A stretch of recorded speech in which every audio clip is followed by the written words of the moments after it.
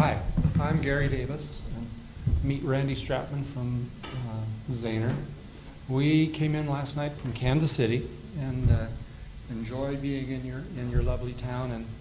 And in actual fact, the invitation was quite spectacular when we received it. Bill was going to come. He's gone to meet an artist in Mexico where we're doing a lot more artwork for clients around the world.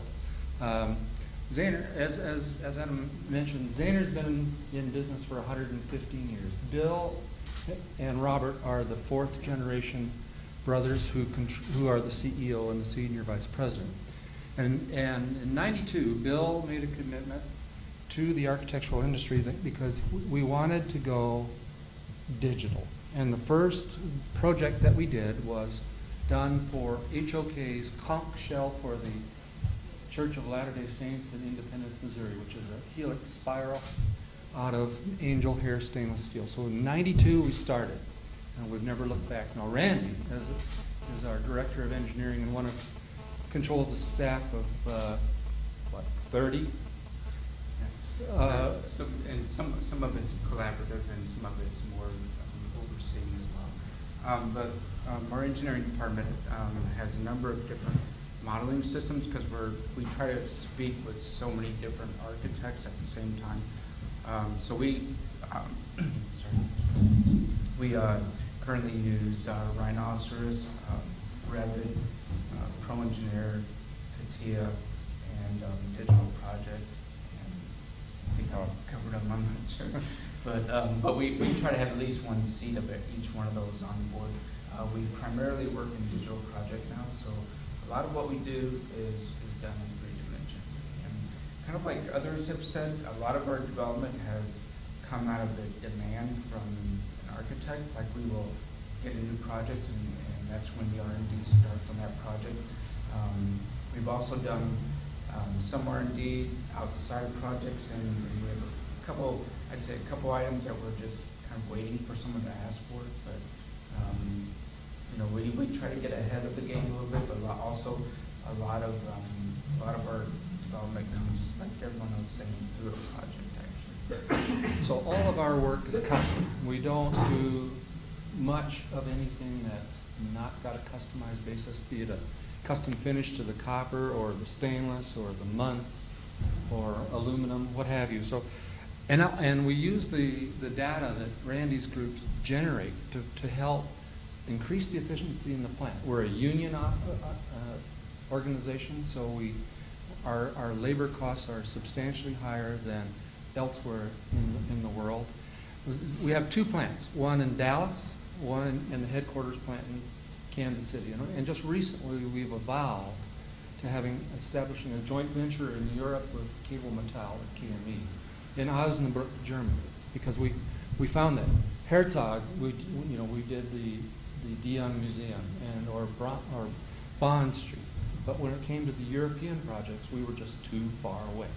So we've evolved to having another office and facility in Osnabrück to give us a base for production on the continent and also to service our Middle Eastern customers, because we seem to be doing a lot of work there. We like this quote by Joshua Prince Ramis. He and Rem split. We did the Wiley Theater with Joshua, and we think it's wonderful. Invest in thinking. It's expensive, but it's a lot better and cheaper than bad building. And in the United States, we see a lot of nasty things being built. You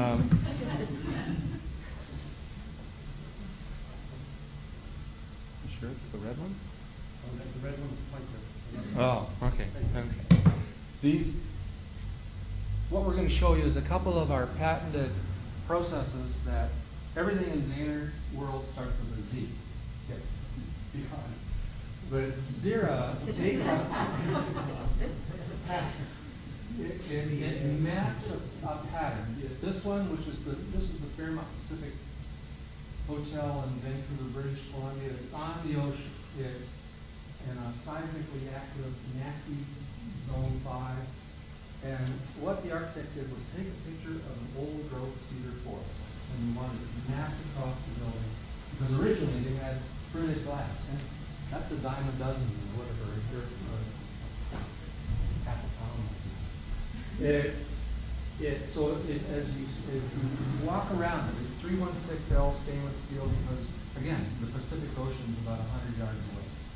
The imagery was unique to the Fairmont because Fairmont was the traditional hotels for the CNCP railway. They were all very, oops.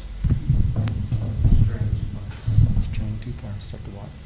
They were all the old manor, very tall copper roofs, and very stately looking pieces of architecture. You can see that we bumped and dimpled. Now this is an offshoot of what was done on DeYoung in the copper for Herzog's office. For the DeYoung Museum, we developed the system for the zero system because the panel flatness criteria was important. The bumps and the dimples created by Herzog's office was to replicate the tree canopy in copper, and it had to act as the inlets and outlets for ventilation without letting people see it. And same way on the Fairmont. That's 1.5 millimeter thick stainless, and you can see that it gives it a bright specular nature, and it changes shape with the imagery when you do it in conjunction with the architectural designers or whomever's in charge of the thing. This was the original picture. So then that was mapped across the facade. It's not that large. It's 1,000 square meters, but it's like I say, it was one of our first projects in Canada using this system, and it's a resounding success. Here's the DeYoung, obviously. If you've been to San Francisco, you've seen this magnificent piece of architecture sitting in Golden Gate Park. The twisted tower that rotates 15 degrees every floor. It was the world's largest copper job when it was done 5 years ago. There's 1.2 million pounds, so 600,000 kilos of copper on this project. There's 7,900 individual panels, and they're not rectangles. They're rhombuses, aren't they, Randy? The sunlight comes through the. This leaf canopy you'll see this is the image from the museum, the picture that and the front canopy while it was under construction. This is just one of the walls, but what ends up happening on the walls? Oh, they changed it. There's this is the pointer. In this area right here, because you are the mechanical inlets and outlets for parts of the HVAC systems, and they didn't want to see grills, which is no architect really wants to see them anyhow. There's also some doors that are hidden in the thing, and one of the beauties of the Zero system is that the joints. The idea is that the imagery goes past the joints. You can see the joints if you look hard enough. If you go there today, the salt fog is causing a little bit of green to happen, but not much. This is Kansas City's hopeless baseball team, but this is their. Well, we finished at the bottom, right? Yeah. At least we were secured on it. The Kansas City Royals. It's all in stainless steel, and the imagery that HOK had for their facade on this stadium was that it would say the name of the club. From the inside, it's kind of interesting. People are using it more and more to control sunlight. We see architects wanting to do the imagery to control sunlight, or if they have an above-ground parking garage that they have to cover up because people no longer want to see the cars. One of the trademarks of Zahner's work is that the joints are all important, that the lines are crisp, that you can see the bumps and the dimples in the panel, the bumps coming out, the dimples going in, and the perfs are decided by the architect or designer of record. This is Tom Main's or Morpheus's new Cooper Union in New York City, and it's stainless steel. Some of the events open. Tom's imagery here was that the blank spots or the bright spots are the clouds in the sky, and you'll see it in a moment that the varying perfs occur on where the clouds are to make it more, to give it more of an accent. The signage was an interesting task in and of itself because the letters go, you can, if you're perfectly straight on, it says Cooper Union. If you're not straight on, the letters kind of dissolve into the fascia. This is a home. Half of it's in Los Angeles, half of it's in Hollywood. The former Disney guy that got the big golden parachute created this home, and the key again was the moire pattern that Michael Maltzan architects wanted in their aluminum, and that it went across joints, and it went there was no interruption of the pattern or what he wanted to see on his walls. Here it is in number 8 mirror polish. Now I'm not sure what the European equivalent of number 8 is, but that's when it's a bright mirror, perfect mirror polish to reflect whatever's in the background. And here again, yet another. There it is, and there's where he has an art collection worth approximately $40 million in this house. So of course everything's highly secure, but the idea was that it would show the landscape around Hollywood. This was the first ever ZEPS project, which is our Zahner engineered profile panel system. This is part of the Jimi Hendrix Museum that Richard was talking about, and in fact, this is the gold or Madonna wall. This is right. That's the Madonna portion of the facade. When Geary designed it, he used all 7 colors of the Fender Stratocaster guitar that Jimi Hendrix used. Right. So there was blue ones, there was the red ones, and the gold ones, etc. This is how when we develop a system, when we work with an architect and on the early on stage, we use the design assist mode because we want to be up front with them as how to support these curvilinear things, or I mean, it doesn't even have to be curvilinear, but most of the time they are, and it's how to create the curves effortlessly across this facade. This is the panel map of the ZEPs, where they're individually, typically the ZEP will be anywhere from 2.4 meters to 1.5 meters deep by 15 meters long, limited by the size of a truck that we can use to ship something. This project is a high-rise close to the Empire State Building, designed by the late Charlie Goffney. We just did the top of the house, and we did the ZEPs they were going to originally, didn't know how to build it, but they had a contractor, and they were already 750 feet in the air.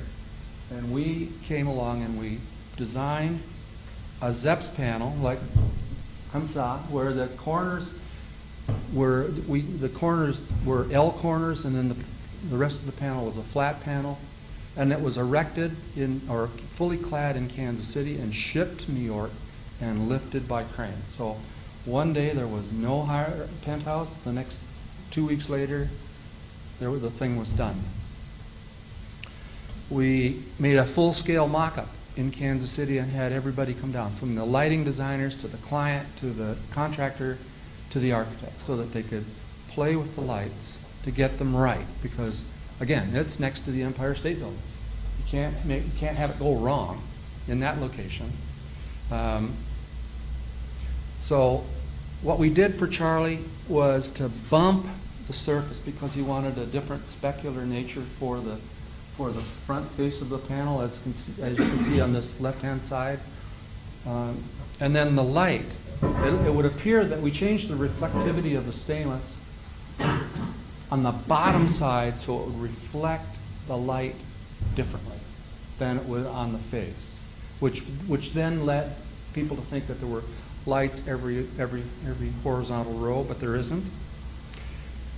This project is our latest one. It was completed in Miami. We've started taking more and more of the envelope because I'm sure here the steel's better. In New York City, if it's even in New York City, it's within some sort of construction tolerance. In Miami, it's just as bad. So we took on the structural steel. This is a 200-meter long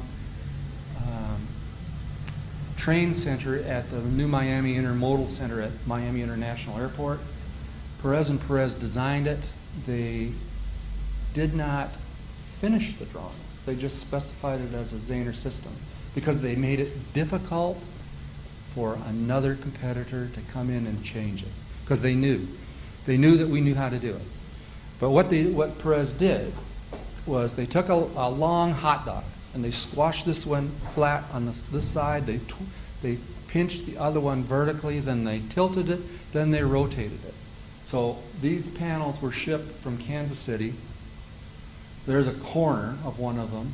We were inside the plant where the ZEP system is based on using structural aluminum and not making structural steel do all these crazy shapes. So we do the shapes using structural aluminum profiles.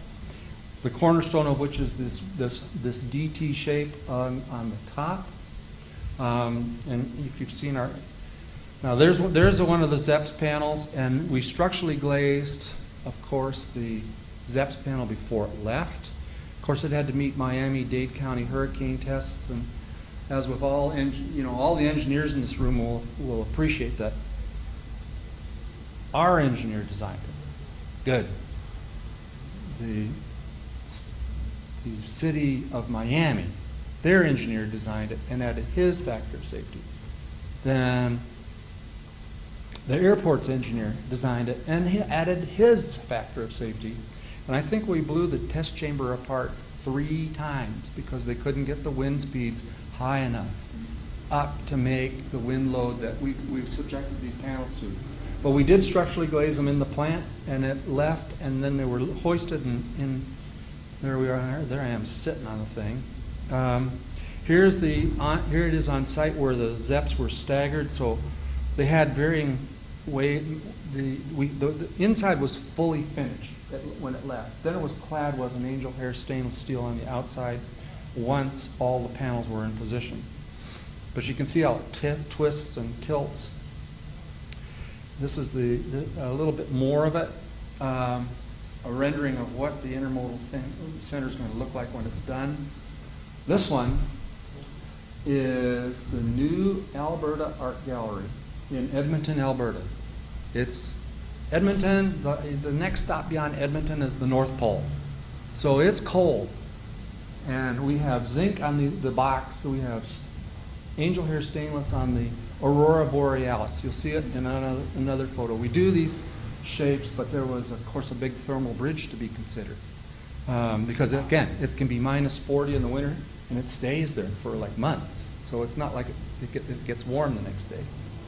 Randy was the lead engineer on this thing, and maybe I'll let you take over to describe what's going on in this thing. Well, the trick to this one was the snow loads, actually, because what's considered an area 10, which is coming down in front here, that was the most challenging. The snow loads didn't come, so they call it a snow chute inside of it, so it's actually hollow.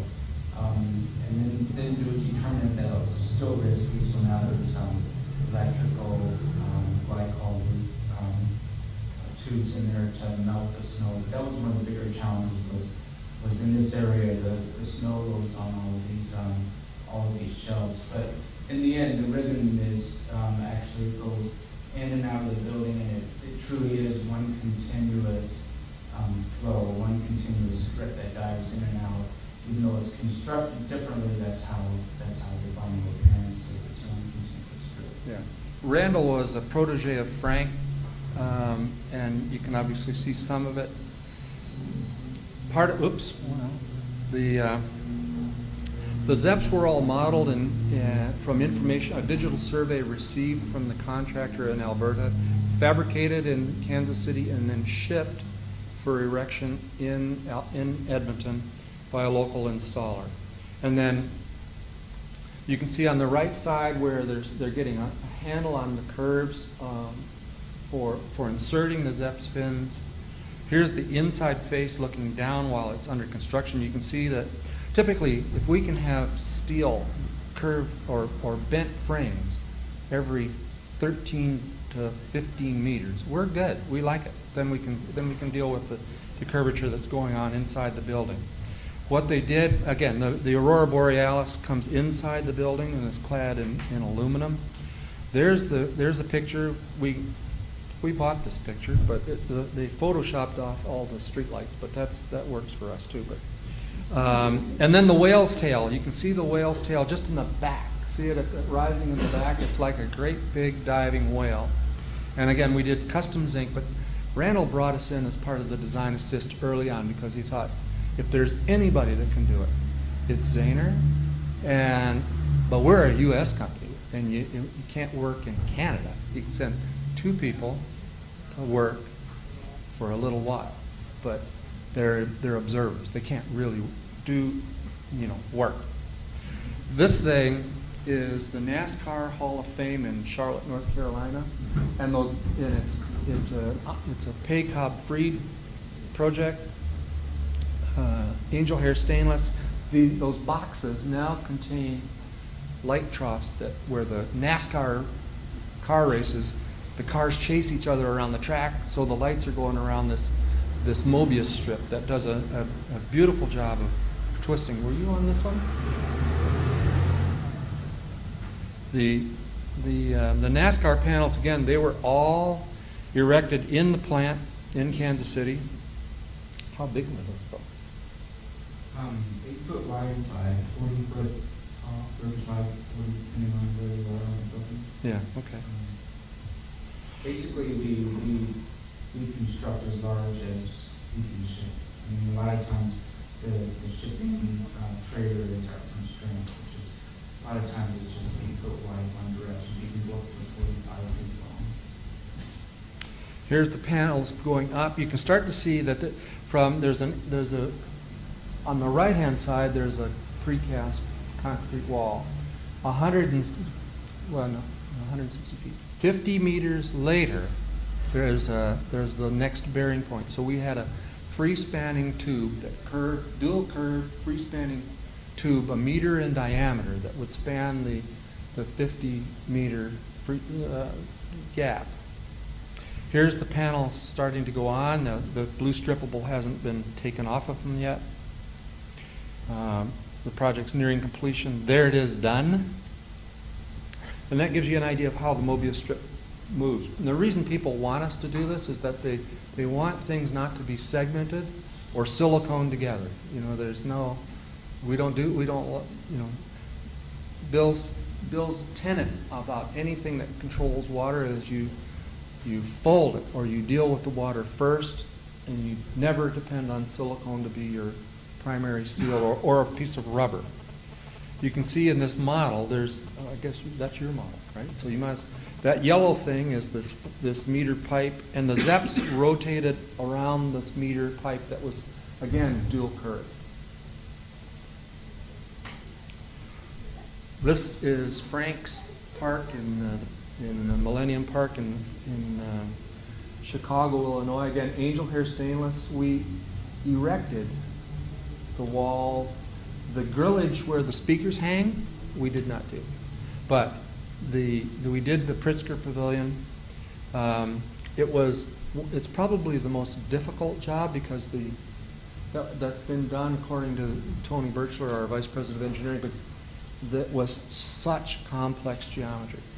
Plus, as architects or designers, you people know that I'm sure it's like here. The GC is going to pick the lowest guy he can. And If the steel's in the right spot, if it's not, well, then it's maybe our fault, but quite often, we're dealing with that more and more. The curvature of this thing was outstanding.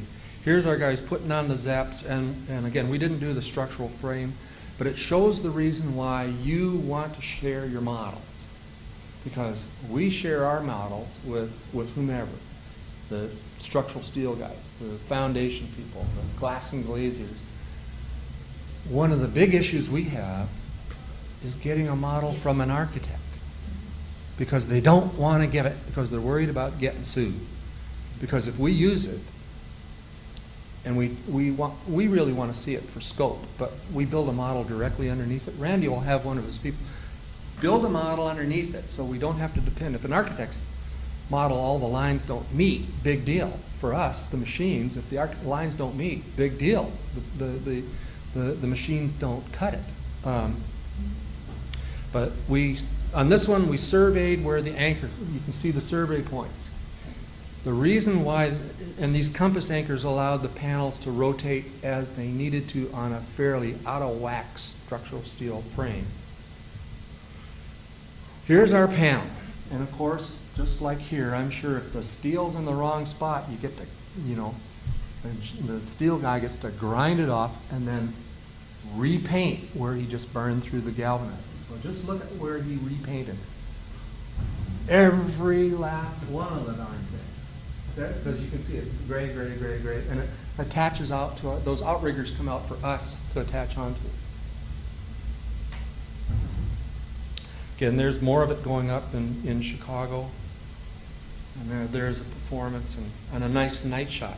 So we deal with surface finishes, we deal with advancing the art of architecture or art, because it's important to reintroduce art as part of the architect's role as a master builder, because you control it, and strong architects are a pleasure to work with. People that specify us but then approve every guy with a pickup truck and a new hammer, we know we don't get the job. This thing is an example of what you can do with stainless steel, and I don't know if you have big box stores here like Walmart's. Well, we've got them. And this thing is a Neiman Marcus. So it's a very nice high-end ladies store. It's also known as needless markups, but it's the imagery that Elkis Manfredi wanted was that of a woman's scarf draped over this thing to make it less boxy and more gracious. So they gave us a model. We did a Gaussian analysis and determined what areas were too curved and what areas were not good, needed to have a little bit of revision. These are the panels being assembled in the plant. They're being hung, erected, again, just outside of Boston. It's under construction. There's 4 different colors of light interference stainless steel, some of which has been bead blasted. When we blast, by the way, we don't blast with sand because you embed carbon. So we blast with glass. It's more expensive, but we don't want to have carbon embedded in stainless or aluminum, because we'll get a call, and we get calls from we talk to architects every day, and we get calls from people that say, we've got a problem, we didn't use you, but what's going on with our aluminum?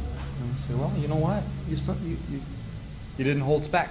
You let it get sandblasted, so you either have to replace it or live with it. There's the scarf and the entrance to this big box store in Natick, Mass.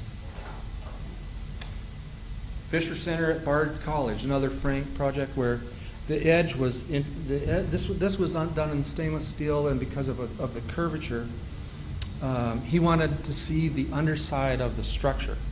So the ribs were formed, and there you can start to see the undersides of the zeps being exposed, which is not, typically he hasn't done that on his projects, but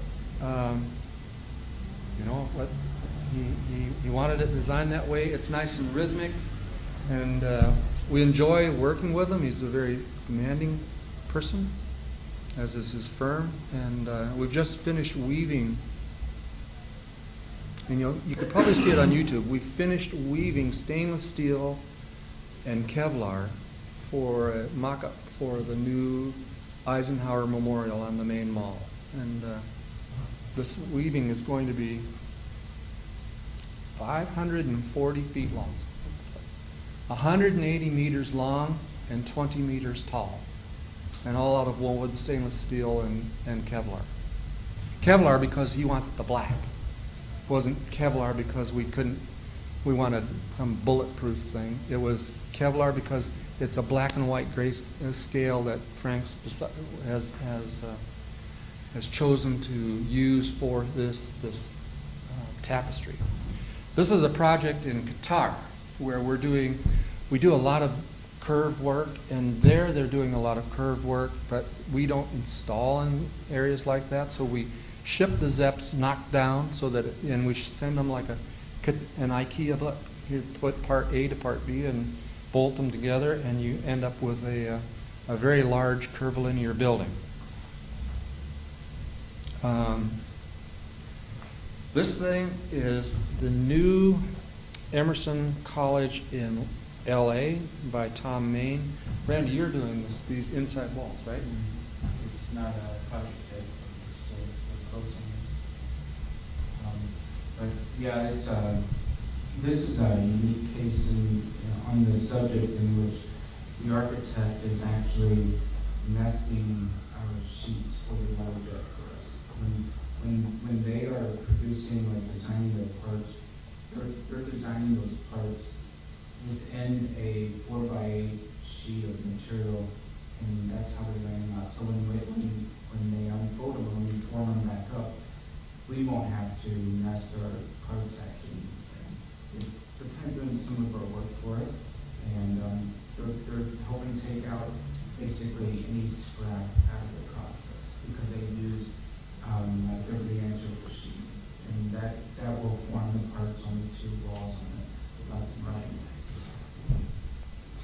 So more of it.